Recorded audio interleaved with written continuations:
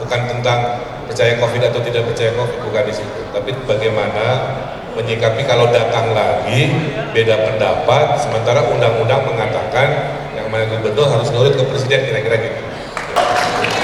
Luar biasa. Kita tunggu Pak Suswono ya. Iya, kita masih menunggu kehadiran Pak Suswono. Iya. Bersama kita sudah ada rekan-rekan media dan kita akan bisa bertanya dengan kita. Kalimat itu saya sampaikan karena curhatan Gen Z begitu.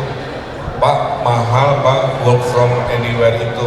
Udah kita duitnya dikit, nyewa coworking mahal, ngopinya juga mahal. Kalau kepilih titip ya Pak, supaya kami fokus kerja, fasilitas dan makanan ditanggung oleh pemerintah provinsi. Itu saya jawab. Ini buat Gen Z, insya Allah ya. Kalau di PHK ada 3 bulan dikasih anggaran buat survive sampai nunggu kerja baru. Karena hari-hari ini kita juga sering dengar ya, pantang kerja sebelum ngopi, itu penting ya. Pantang kerja sebelum ngopi. Iya. Jadi ide-ide yang kreatif itu lahir setelah kita ngopi. Tapi sembari menunggu Pak Suswono, kira-kira kasih tanggapan sedikit bagaimana jalannya debat, Ya. dan rasa seperti apa yang saat ini setelah debat.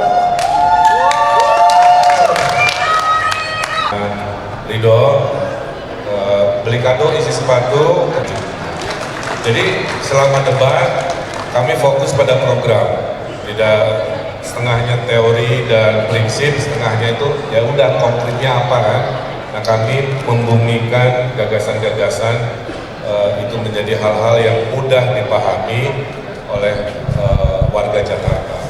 Kemudian kami berbagi tugas, Pak Sus juga saya monitor di sesinya menjawab dengan lugas, poin-poinnya juga sangat luar biasa, dan tentunya saya lihat secara umum ya, ini debat bagus ya, hubungan kami antara nomor 2, nomor 3 juga hangat, tidak ada ketegangan yang sifatnya personal, semua pertanyaannya juga adalah tentang program ya.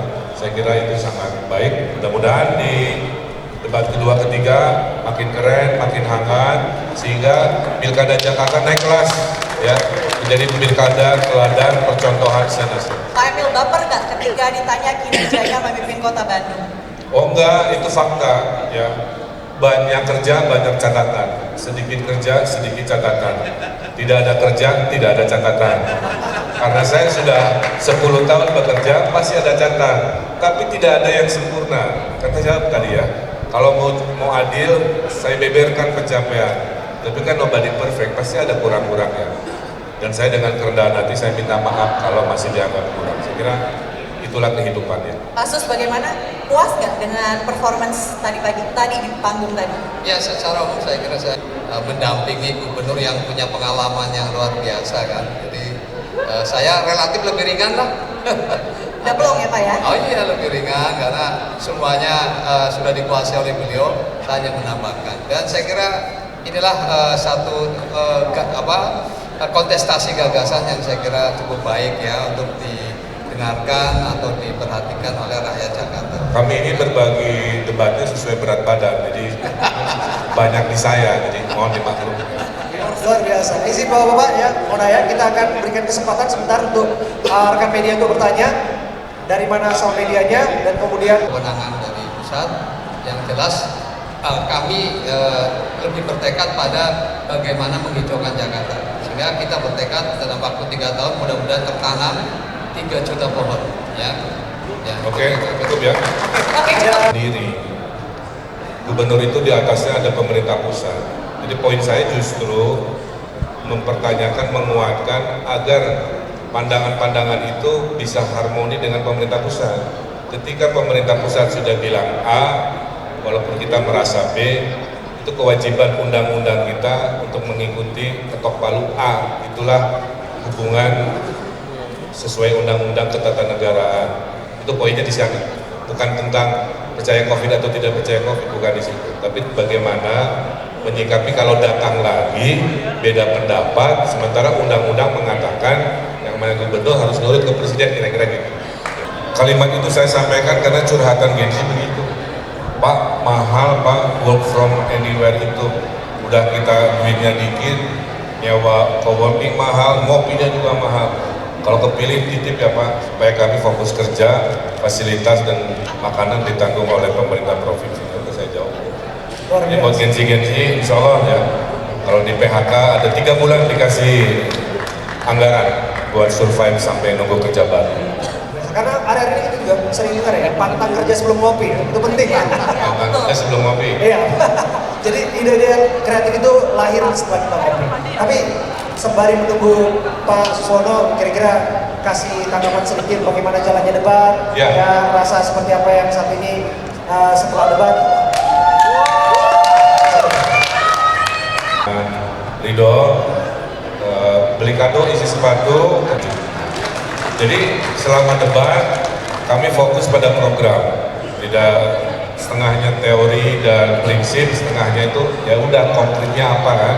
Nah kami membumikan gagasan-gagasan itu menjadi hal-hal yang mudah dipahami oleh warga Jakarta.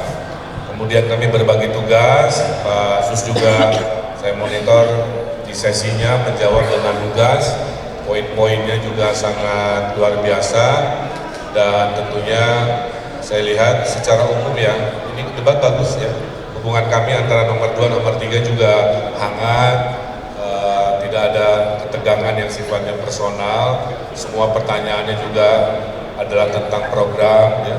Saya kira itu sangat baik, mudah-mudahan di debat kedua ketiga makin keren, makin hangat, sehingga Pilkada Jakarta naik kelas ya, menjadi pilkada teladan percontohan senasional. Pak Emil baper nggak ketika ditanya kinerjanya memimpin Kota Bandung? Oh enggak, itu fakta ya. Banyak kerja, banyak catatan. Sedikit kerja, sedikit catatan. Tidak ada kerja, tidak ada catatan. Karena saya sudah 10 tahun bekerja, pasti ada catatan. Tapi tidak ada yang sempurna. Kata siapa tadi ya? Kalau mau adil, saya beberkan pencapaian. Tapi kan nobody perfect, pasti ada kurang-kurangnya. Dan saya dengan kerendahan hati, saya minta maaf kalau masih dianggap kurang. Saya kira itulah kehidupannya. Pak Sus bagaimana? Puas nggak dengan performance tadi pagi, tadi di panggung tadi? Ya secara umum saya kira saya mendampingi gubernur yang punya pengalaman yang luar biasa kan. Jadi saya relatif lebih ringan lah. Udah belum ya Pak ya? Oh iya lebih ringan karena semuanya sudah dikuasai oleh beliau, saya hanya menambahkan. Dan saya kira inilah satu kontestasi gagasan yang saya kira cukup baik ya untuk didengarkan atau diperhatikan oleh rakyat Jakarta. Kami ini berbagi debatnya sesuai berat badan, jadi banyak di saya, jadi mohon dimaklumi. Luar biasa. Izin Bapak-Bapak ya, mohon ya, kita akan berikan kesempatan sebentar untuk rekan media untuk bertanya dari mana asal medianya, dan kemudian Kewenangan dari pusat yang jelas kami lebih bertekad pada bagaimana menghijaukan Jakarta, sehingga kita bertekad dalam waktu 3 tahun mudah-mudahan tertanam 3 juta pohon ya. Oke, cukup ya. Oke, cukup. Diri gubernur itu di atasnya ada pemerintah pusat. Jadi poin saya justru mempertanyakan, menguatkan agar pandangan-pandangan itu bisa harmoni dengan pemerintah pusat. Ketika pemerintah pusat sudah bilang A, walaupun kita merasa B, itu kewajiban undang-undang kita untuk mengikuti ketok palu A. Itulah hubungan sesuai undang-undang ketatanegaraan. Itu poinnya di sana. Bukan tentang percaya COVID atau tidak percaya COVID, bukan di situ. Tapi bagaimana menyikapi kalau datang lagi beda pendapat, sementara undang-undang mengatakan yang mana gubernur harus nurut ke presiden, kira-kira gitu.